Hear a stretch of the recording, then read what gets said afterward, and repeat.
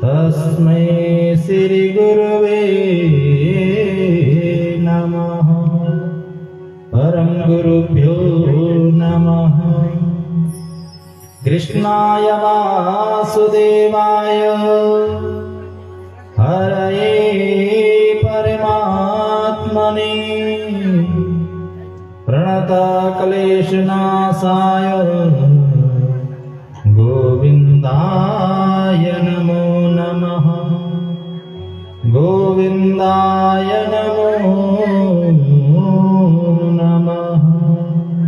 बोले वृंदावन बिहारी लाल की जय। सत्य सनातन धर्म की जय। श्रीमद् भागवत महापुराण की जय। परम मंगल में परात्पर अखिलेश्वर कारण करुणा वर्णालय भक्तवांछित कल्पतरु तड़दिन विनिंद श्री पीताम्बरधारी बालकृष्ण लाल की वांगमयी प्रतिमूर्ति ही श्रीमद् भागवत महापुराणांतर्गत आज सप्ताह ज्ञान यज्ञ का द्वितीय दिवस प्रारंभ होने जा रहा है। आइए सर्वप्रथम मन और वाणी को पवित्र करने के लिए भगवत नाम संकीर्तन करें।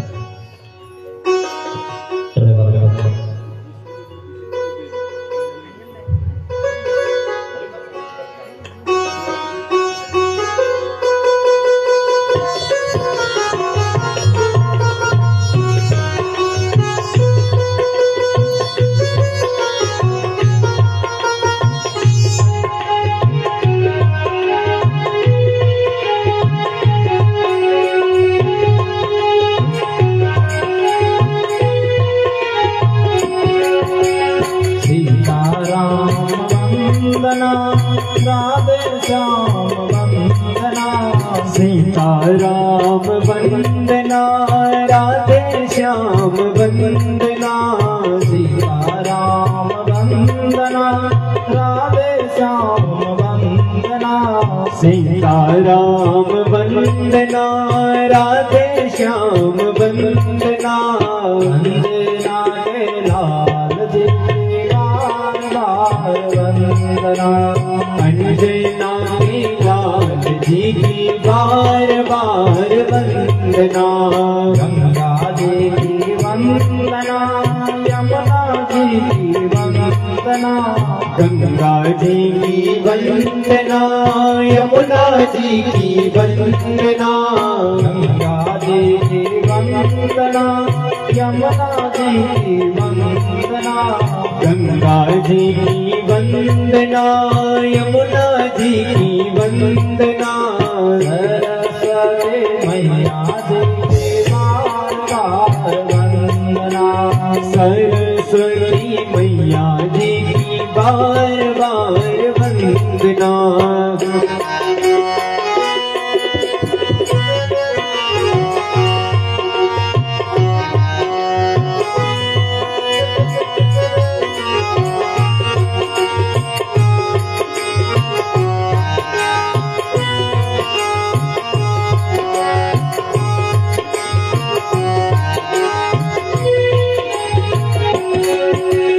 शिव जी की वंदना गौरा जी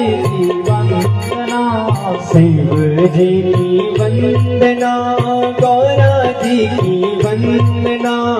शिव जी की वंदना गौरा जी की वंदना। शिव जी की वंदना गौरा जी की वंदना। गणपति महाराज जी की बार बार वंदना।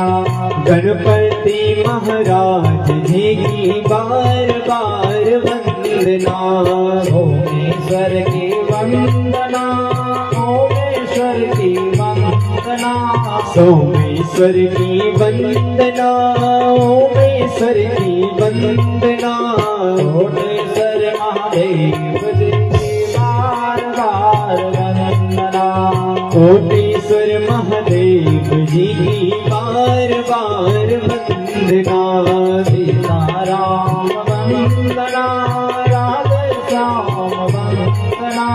सीताराम वंदना, राधे श्याम वंदना, लाल जी की बार बार वंदना, अंजना की लाल जी की बार बार वंदना, अंजना की लाल जी की बार बार वंदना, अंजना के लाल जी की बार बार वंदना। बोले पवन पुत्र हनुमान जी महाराज की जय। सियावर रामचंद्र भगवान की जय। परम मंगलमय परात्पर अखिलेश्वर कारण करुणा वर्णालय भक्त वांछित कल्पतरु तड़िनद विलिंद श्री पीताम्बरधारी बाल कृष्ण लाल की वांगमयी प्रतिमूर्ति ही श्रीमद् भागवत महापुराण अंतर्गत आज कथा का द्वितीय दिवस प्रारंभ होने जा रहा है, जिस कथा के सहभागी श्रीमान श्री अव्वल सिंह भंडारी जी और उनके सुपुत्र श्री सोहन सिंह भंडारी जी, समस्त भंडारी परिवार इस कथा के सहभागी बने हैं। परमात्मा से यही प्रार्थना करता हूँ, व्यास गद्दी पर बैठ करके ही परमात्मा से विनती करता हूँ, हे परमात्मन इनके परिवार को, रिश्तेदारों को जो इस कथा में सहभागी बन करके आए हैं, श्रोता बन करके आए हैं, उनके घर में सुख समृद्धि सुख शांति का आप वरदान देना।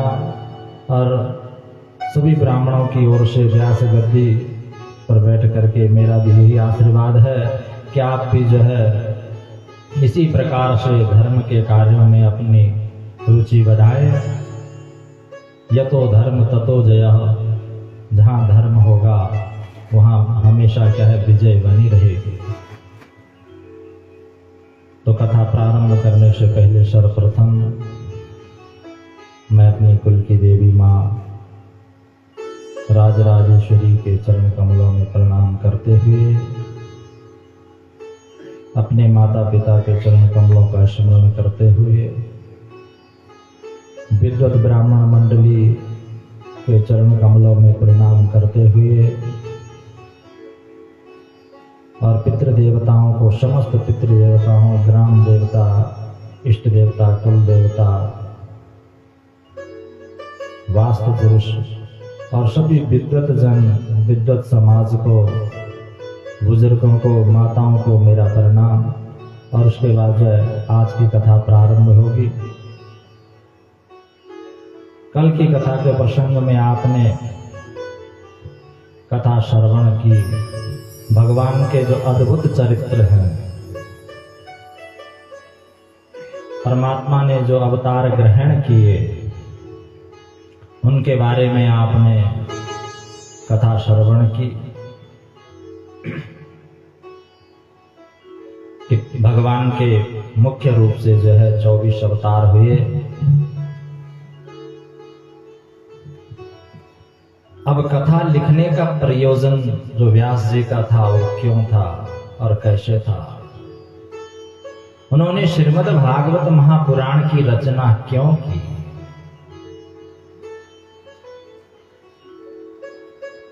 जब सूत जी महाराज ने व्यास जी का नाम निकाला तो सौनकादि ऋषियों ने तुरंत प्रश्न किया कि भगवान श्रीमद् भागवत महापुराण की कथा लिखने का इनका क्या प्रयोजन था, इन्होंने श्रीमद् भागवत महापुराण की रचना क्यों की।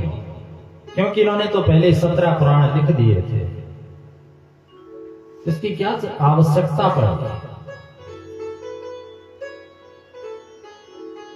और फिर आप कह रहे हो कि उन्होंने अपने पुत्र श्री सुखदेव जी महाराज को यह कथा सुनाई, तो भगवान वो तो दिव्य संत थे, वो तो निराकार की पूजा करते थे, तो फिर उन्होंने भागवत 7 दिन तक जो है श्रीमद् भागवत महापुराण की कथा कैसे सुन ली।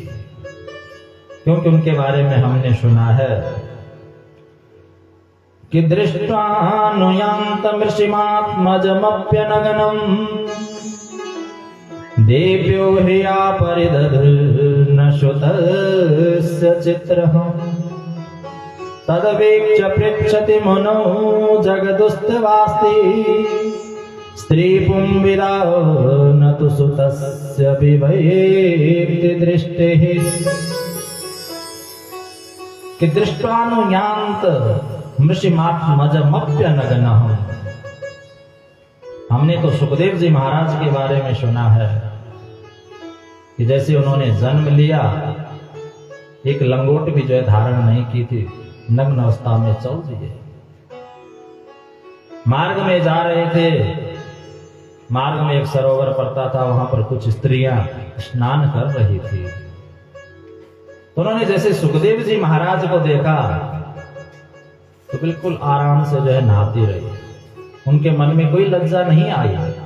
लेकिन जैसे पीछे से व्यास जी पुत्र पुत्र कह करके सुखदेव जी के पीछे जा रहे थे, उन्हें पुकार रहे थे। अब जैसे उन स्त्रियों ने व्यास जी महाराज को देखा तो तुरंत सरोवर से बाहर निकली, वस्त्र पहने और व्यास जी महाराज के चरणों में लेट करके प्रणाम किया। कहा कि व्यास जी हमें क्षमा करना, हमें ये पता नहीं चला कि आप इस मार्ग से आ रहे हैं। व्यास जी ने जैसे ये सुना तो आश्चर्यचकित रह गए। उन स्त्रियों से पूछा कि देवियों, मैं तो तुम्हारे बाबा पर बाबा के सम्मान हूं और मुझे देख करके तुम्हें लज्जा आ रही है।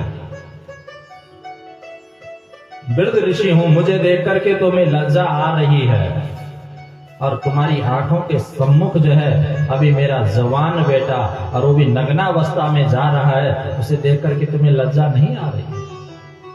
तो उन स्त्रियों ने जवाब दिया कि बाबा, आप स्त्री और पुरुष के भेद को जानते हो, आप संसार के बारे में जानते हो, और जो आपके पुत्र हैं सुखदेव जी महाराज, उन्हें इस संसार से कोई मोह माया नहीं है।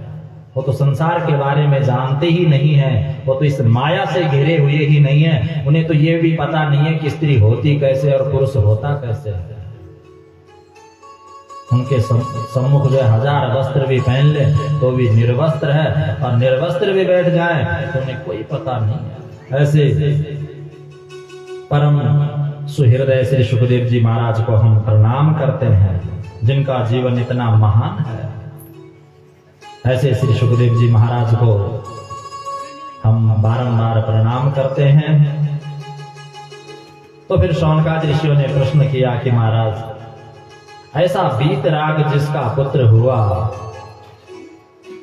जब वो सुखदेव जी महाराज घर बार छोड़ करके, सब कुछ छोड़ करके वन में चले गए थे, वो निर्गुण निराकार की समाधि में जब बैठ गए थे, तो फिर उन्होंने वहां से लौट करके श्रीमद् भागवत महापुराण की कथा कैसे सुनी, उसका अध्ययन कैसे किया, वो ज्ञान कैसे प्राप्त किया, और ये व्यास जी जो हैं ये किसके पुत्र हैं। तो तब सूत जी महाराज कहते हैं कि ऋषियों, आपने बड़ा सुंदर प्रश्न किया।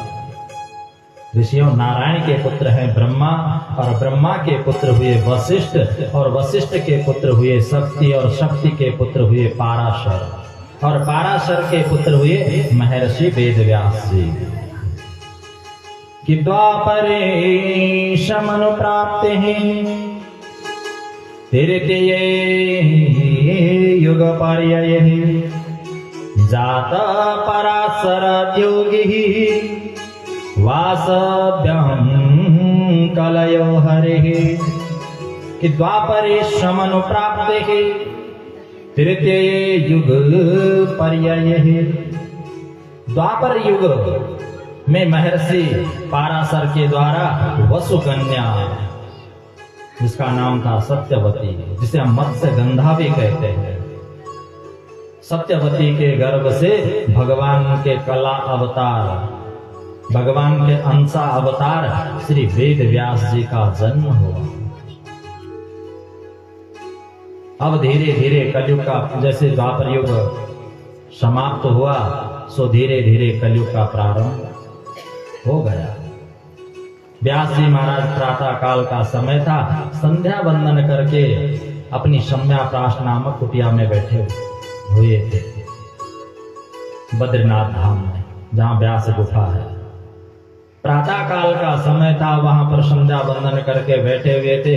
जैसे उन्होंने सूर्य अर्घ्य चढ़ाया, भगवान सूर्य नारायण के दर्शन किए, सो उन्हें कलयुग के दर्शन हो गए। आज से 5000 वर्ष, 5,500 वर्ष हो गए, उन्हें कलयुग के दर्शन हुए। अब जैसे उन्होंने कलयुग के लक्षण देखे, उन्होंने लिख दिया। व्यास जी ने देखा कि कलयुग के जो लोग होंगे बड़े भोगी होंगे, विलासी होंगे, भोग विलास पर विश्वास करेंगे, धन दौलत पर विश्वास करेंगे, आस्था बिल्कुल क्या धीरे धीरे समाप्त होती जाएगी। जाति गोत्र इन पर कोई विचार नहीं करेंगे, इसलिए वर्ण संकर जाति संकर उत्पन्न होंगे। ये सब व्यास जी ने क्या है पहले भागवत में लिख दिया था कि कलयुग के लोग बड़े विचित्र होंगे। पिता पुत्र को पुत्र नहीं समझेगा, पुत्र पिता को पिता नहीं समझेगा, माँ को माँ नहीं समझेंगे, बहन को बहन नहीं समझेंगे। इतने विचित्र क्या है, बोले कलयुग के लोग होंगे। और आज दिख भी रहा है,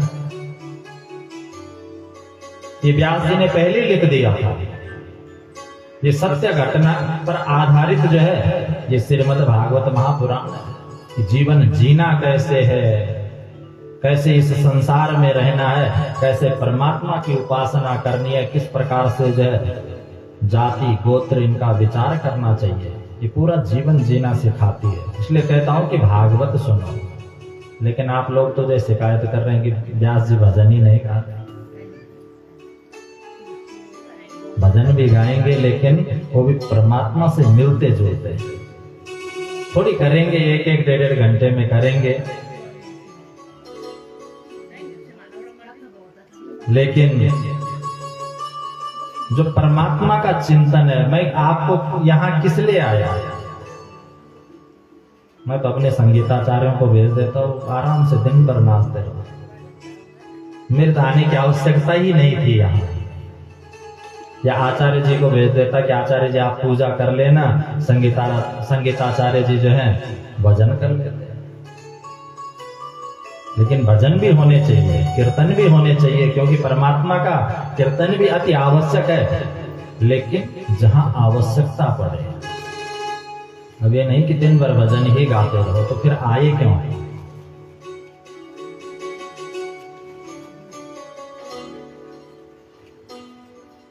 तो व्यास जी ने कलयुग में जो कुछ आज दिख रहा है उसका वर्णन क्या है पहले ही कर दिया था कि कलयुग के सारे जो लक्षण थे उन्हें देख लिया था कि कलयुग के लोग जो है बड़े भोगी विलासी होंगे, वेदाध्ययन नहीं करेंगे, वेद नहीं पढ़ेंगे। तो इसलिए वेद व्यास जी ने क्या किया कि एक वेद को 4 भागों में बांट दिया। अब एक वेद के क्या कर दिए, बोले 4 वेद बना दिए। लेकिन वेदों की भाषा इतनी विचित्र थी कि उसका अर्थ कोई लगा ही नहीं पाता। अर्थ लगाता तो अनर्थ कर लेता, अर्थ को अनर्थ कर देता। इसलिए फिर वेद व्यास जी ने फिर उन 4 वेदों से क्या है 17 पुराणों की रचना की। उनमें सर्वश्रेष्ठ क्या है विष्णु पुराण है। अब 17 पुराणों की रचना कर दी, लेकिन फिर भी व्यास जी का मन संतुष्ट नहीं था, उनके मन को शांति नहीं मिली। एक दिन अपने आश्रम में बैठे हुए थे कि मैंने अपने जीवन में कुछ नहीं किया, व्यर्थ जो है मैंने अपने जीवन को गंवा दिया। और जो महापुरुष होते हैं वो अपने जीवन के बारे में सोचते हैं कि मैंने लोगों के लिए किया क्या है, कि कुछ करके जाना चाहिए। मरो लेकिन कुछ करके जाओ, कि लोग दुनिया जो है याद करे कि उसने ऐसा सत्कर्म किया था, ऐसा शुभ कार्य किया था या मदद करता था। तो व्यास जी ने के मन में भी बड़ी चिंता हुई। उन्होंने कहा मैंने जो है संसार के लोगों के लिए कुछ नहीं किया। अपनी कुटिया में बैठे हुए थे, बड़े परेशान थे। और जब संत परेशान होते हैं, जब सज्जन व्यक्ति परेशान होते हैं, तो यदा कदा उनके यहाँ क्या है, दिव्य जो ऋषि होते हैं, दिव्य महात्मा जन जो होते हैं, उनका आगमन होता रहता है। सो नारद जी आए। नारद जी ने उनसे पूछा कि कहा भगवान कि पाराशर्य महाभाग भवता चिदात्मनः परितुष्यन्ति शारीरः आत्मा मानस एव वः। कि क्या बात है पाराशर नंदन जी, व्यास जी सब ठीक तो है, तुम इतनी चिंतातुर क्यों लग रहे हो? तुम्हें इतनी चिंता क्या सता रही है? बोले चिंता छोड़ो और चिंतन करो। अब आजकल हम लोग भी क्या करते हैं, चिंता करते हैं कि क्या होगा क्या नहीं होगा। बोले चिंता छोड़ो और चिंतन करो। चिंता क्या करती है? बोले शरीर का नाश करती है, बुद्धि का नाश करती है। और चिंतन क्या करता है? शरीर को भी पुष्ट रखता है और बुद्धि भी बढ़ाता है। इसलिए चिंतन करना चाहिए, सतत चिंतन करना चाहिए। तो व्यास जी, नारद जी ने व्यास जी से कहा कि व्यास जी ये चिंता छोड़ो, क्या बात है, क्यों परेशान हो? तो व्यास जी ने कहा कि मैंने कुछ किया ही नहीं है।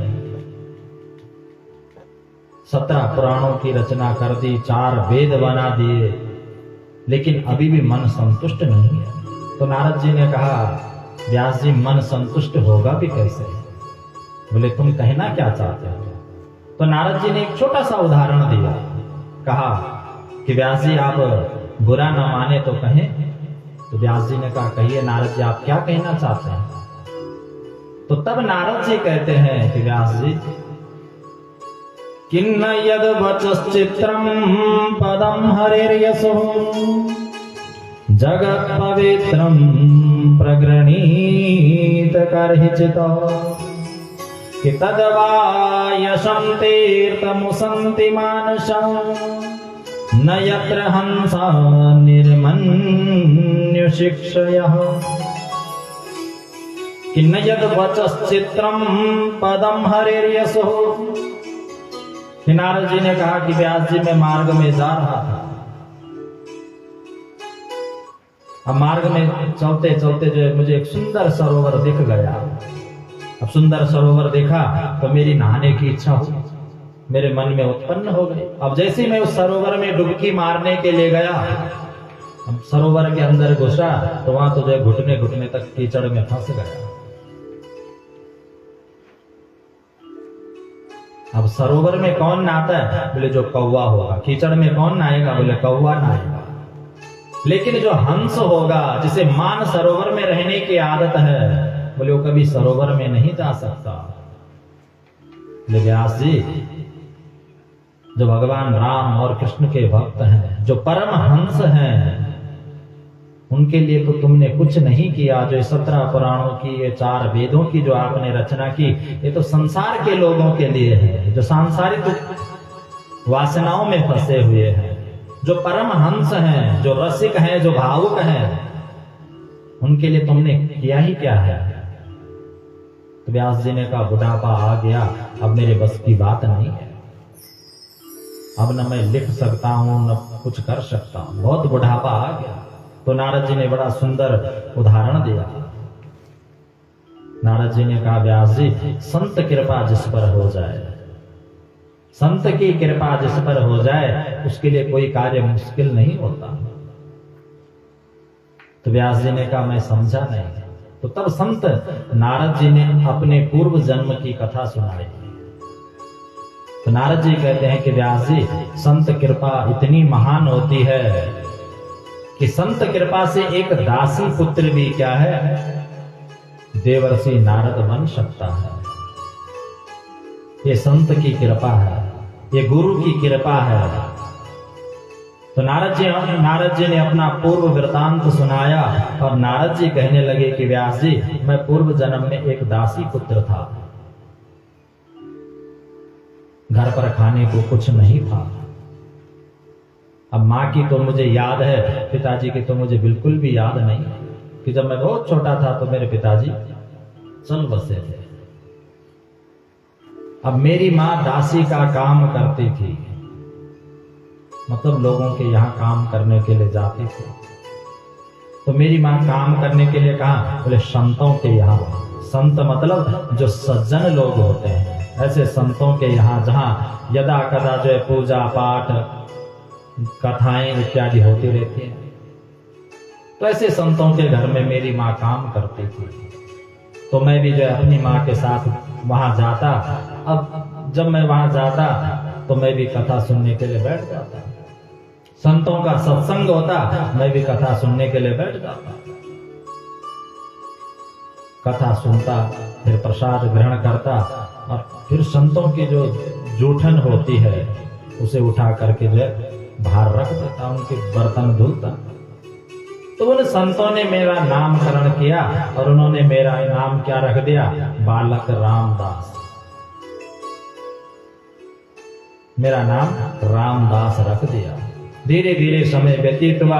एक बार वृंदावन से कोई दिव्य संत जो है चातुर्मास करने के लिए आ रखे थे। अब रात्रि के समय वहां पर रुक गए। अब जब संत ही संत मिलते हैं, वो कहते हैं ना कि 4 मिले 64 खिले, 20 रहे कर जोड़, हरिजन से हरिजन मिले, बिहसी 7 करोड़। जब दो ज्ञानी आपस में मिलते हैं, कोई सज्जन व्यक्ति और ज्ञानी आपस में मिलते हैं, तो 4 मिले, 2 आंखें, 2 इसकी आंखें और 2 उसकी आंखें, तो 4 मिले 64 खिले। ये दांत, प्रसन्नता होती है, हंसते हैं कि चलो आज परमात्मा की चर्चा होगी। 4 मिले 64 खिले, 20 रहे कर जोड़, और हरिजन से हरिजन मिले, और बिहसी 7 करोड़। 3.5 करोड़ रोम छिद्र होते हैं इस शरीर में, एक के शरीर में। तो दोनों के रोम छिद्र क्या है? पुलकित हो उठते हैं। उनका सत्संग बड़ा दिव्य हुआ।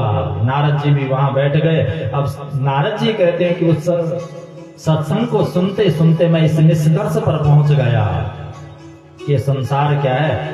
बोले एक सपना है। मोह निशा जग सोव निहारा, देखई स्वप्न अनेक प्रकारा। ये संसार क्या है? बोले एक सपना है। इस निष्कर्ष पर मैं पहुंच गया कि जिस प्रकार से हम सोते हैं, रात्रि के समय सोते हैं, और कई बार ऐसे लगता है कि हम कहीं जो है सुंदर जो है राज सिंहासन पर लेटे हुए हैं, सुंदर सिंहासन पर लेटे हुए हैं, लेकिन जब आंखें खुलती हैं तब पता चलता है कि बोरी के ऊपर लेटे हुए हैं। या कई बार जो है बोरी के ऊपर जो है सपने में लेट जाते हैं, कहीं जो है गिर जाते हैं तो बड़ा कष्ट होता है सपने में। अब कष्ट तो कैसे होता है? बोले जैसे मरने जैसा, लेकिन मरते नहीं है। लेकिन जब आंखें खुलती हैं तो तब सत्य का पता चलता है कि हम तो बिस्तर पर लेटे हुए हैं। तो इस संसार में क्या है? बोले एक सपना है, और इसको त्यागने की कोशिश हमेशा करनी चाहिए। कल मैंने कहा था ना कि संसार संसार, ये तो सरकता रहेगा, और संसार को त्यागना कैसे चाहिए? ऐसे नहीं कह रहा हूं कि मैं अभी सब घर बार छोड़ करके भाग जाओ, सब कुछ त्याग दो। कि जैसे नन्हे से बालक होते हैं ना, छोटे छोटे बालक होते हैं, तो घर में हम भी खेलते थे, आप भी खेलते थे, मिट्टी में क्या है मकान बनाते थे, तो दिन भर खेलते रहते हैं उनसे। मकान बनाते हैं, एक घर बनाया, दूसरा बनाया, तीसरा बनाया, दिन भर उनसे खेला। और जैसे सायंकाल का समय होता है, घर आने का समय होता है, तो बालक क्या करते हैं? तोड़ देते हैं, उसको उजाड़ देते हैं और घर चले जाते हैं। तो इस संसार को भी ऐसे ही करना चाहिए। तो जब तक सामर्थ्य है तो इस संसार में रहना चाहिए। भाई बांधव रिश्तेदारी सब कुछ निभाना चाहिए। और जैसे 50, 51, 55 वर्ष के हुए, जब सामर्थ्य नहीं है, कुछ कमाने की सामर्थ्य नहीं है, तो प्रभु चिंतन में लग जाओ, प्रभु चिंतन में बैठ जाओ, प्रभु का स्मरण करो। घर में रह करके भी जो है परमात्मा का स्मरण कर सकते हो। कहीं आश्रम जाने की आवश्यकता नहीं है, कहीं भटकने की आवश्यकता नहीं है। घर में बैठ करके परमात्मा का चिंतन करो। तो बुढ़ापे में ये नहीं है कि कहीं कुछ और मिल जाए, कुछ और मिल जाए, क्योंकि ये तो माया है। अभी माया क्या है, ये और बांधती है। तो बुढ़ापे में जो है लोभ अत्यधिक बढ़ता है। इसलिए लोभ को त्यागने की कोशिश करो, इस संसार को त्यागने की कोशिश करो।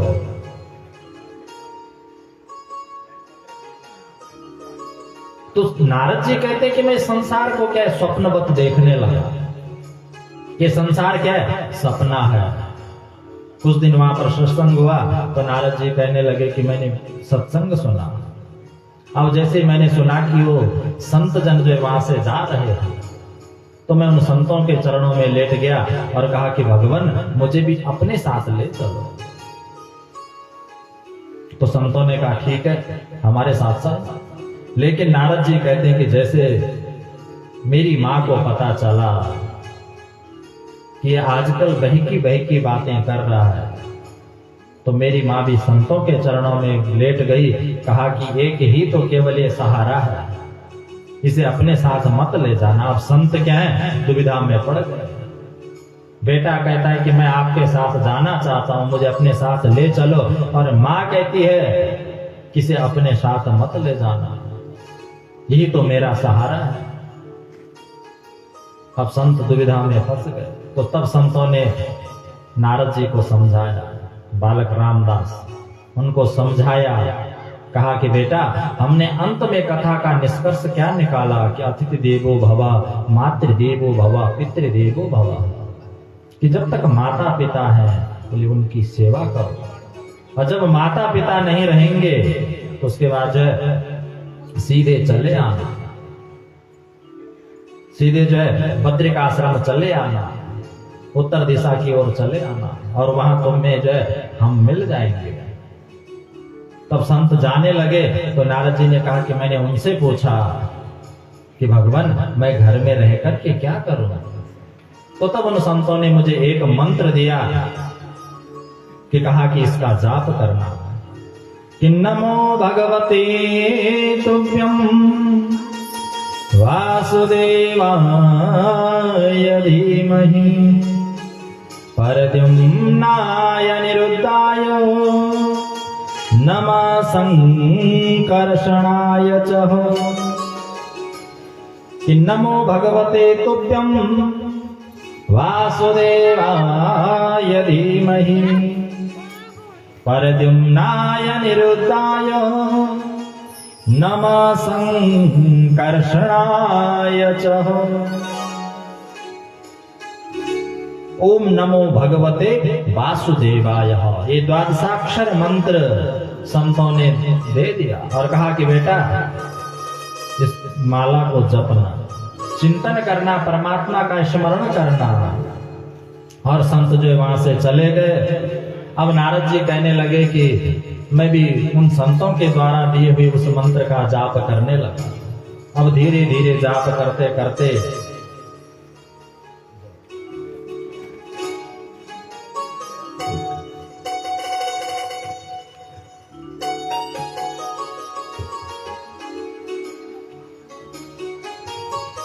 धीरे धीरे जाप करते करते परमात्मा का चिंतन करते करते मैं इस निष्कर्ष पर पहुंचा कि ये संसार क्या है, बोले व्यर्थ है। ये माँ बाप क्या है, बोले व्यर्थ है। इस संसार से क्या है, मैं बिल्कुल हट गया। और मैंने मन में एक दिन विचार किया कि यदि मेरी माँ की मृत्यु हो जाती तो कितना सुंदर था।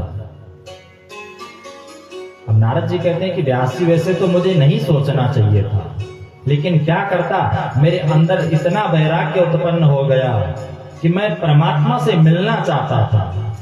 सो मेरे मन में विचार आ गया कि इस माँ की मृत्यु हो जाए, बोले फिर मुझे कोई रोकने टोकने वाला नहीं है।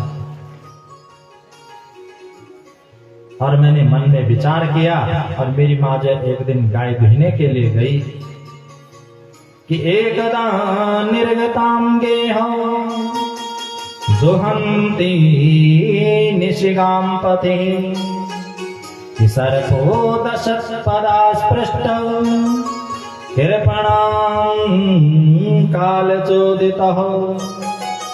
कि मेरी माँ एक दिन जो है गाय दुहने के लिए गई, अब वहां जैसे कमरे में गई तो वहां घास के नीचे एक सर्प बैठा हुआ था, क्योंकि परमात्मा ने मेरी क्या बोले तुरंत सुन ली। घास के बीच में सर्प बैठा हुआ था, उसने मेरी माँ को डस दिया। मेरी माँ की मृत्यु हो गई। किसी ने आवाज दी कि रामदास तुम्हारी माँ की मृत्यु हो गई। तो तब नारद जी कहते हैं कि मैं बहुत रोया, व्यास जी मैं बहुत रोया। मेरी दाहिनी आंख से जो है गर्म आंसू निकले और बाईं आंख से जो है ठंडे आंसू निकले। दो प्रकार के आंसू निकले। तो व्यास जी ने पूछा कि दो प्रकार के आंसू वो भी कैसे? बोले गर्म आंसू इसलिए आए कि माँ के जाने का दुख था, और ठंडे इसलिए आए कि चलो अब तो कोई मुझे रोकेगा नहीं, परमात्मा से मिलने के लिए अब तो कोई जो है मार्ग में कोई बंधन नहीं है। मैं बहुत रोया। उसके बाद जो मैंने अपनी माँ का अंत्येष्टि कर्म और दैहिक क्रिया इत्यादि की, और सीधे उन अनुग्रहम मन्यमानम प्रातिष्ठम दिशमुत्तरहम, और परमात्मा का अनुग्रह मान करके मैं सीधे जो है उत्तर दिशा की ओर चल दिया। बद्रीनाथ धाम में जाकर के वहां एक गुफा में जाकर के मैं परमात्मा का चिंतन करने लगा कि ओम नमो भगवते वासुदेवाय, ओम नमो भगवते वासुदेवाय, ओम नमो भगवते वासुदेवाय, ओम नमो भगवते वासुदेवाय। परमात्मा का चिंतन करते रहो कि हमें भी जो परमात्मा के दर्शन हो जाए। ओम नमो भगवते वासुदेवाय, ओम नमो भगवते वासुदेवाय, वासुदेवाय मेरा नंद नंदनाय, वासुदेवाय मेरो नंद नंदराय, वासुदेवाय मेरा नंद नंदनाय, वासुदेवाय मेरो नंद नंदराय। ओम नमो जय हो, ओम नमो भगवते वासुदेवाय, ओम नमो भगवते वासुदेवाय, ओम नमो भगवते वासुदेवाय। इस मंत्र का जाप जय नारद जी करने लगे कि ध्यायता शरणाम्भोजः भाव निर्जित चेतसा औतकण्ठाश्रुकलाक्षस्य हृदयासीन्मीशन हरिः। इस मंत्र का जाप जो है मैं करने लगा, और धीरे धीरे मेरे हृदय में परमात्मा प्रकट होने लगे। एक क्षण के लिए मेरे हृदय में वो परमात्मा प्रकट हो गए, अपने रूप को जो है मेरे हृदय में दिखाया, और दूसरे क्षण क्या है अंतर्ध्यान हो गया। अब तो मैं रोने लगा, बिलखने लगा कि हे परमात्मा तुम कब मिलोगे, कहाँ मिलोगे, कैसे मिलोगे। जब मैं इस प्रकार से रोने बिलखने लगा,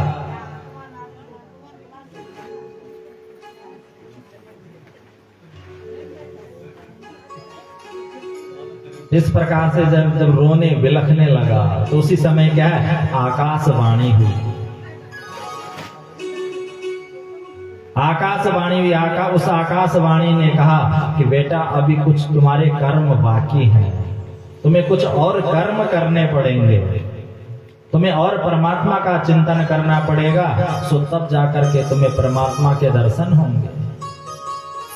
सो मैं परमात्मा का चिंतन करता रहा और उस समय का इंतजार करता रहा कि कब वो समय आएगा। धीरे धीरे समय व्यतीत हुआ, पूरी सृष्टि का क्या प्रलय हो गया। उस प्रलय में नारद जी कहते हैं कि मेरी भी मृत्यु हो गई। अब जब मृत्यु हुई तो परमात्मा ने जब फिर पुनः सृष्टि का सृजन किया, सृष्टि की रचना की, तो देखो वही दासी पुत्र आज क्या है, देव ऋषि नारद बन गया। ब्रह्मा जी का पुत्र बन करके मैंने जन्म लिया। ये ताकत किसमें है? बोले सत्संग में है। ये ताकत किसमें है? भागवत की कथा में है। ये ताकत किसमें है? ये परमात्मा चिंतन में है। परमात्मा का चिंतन करोगे,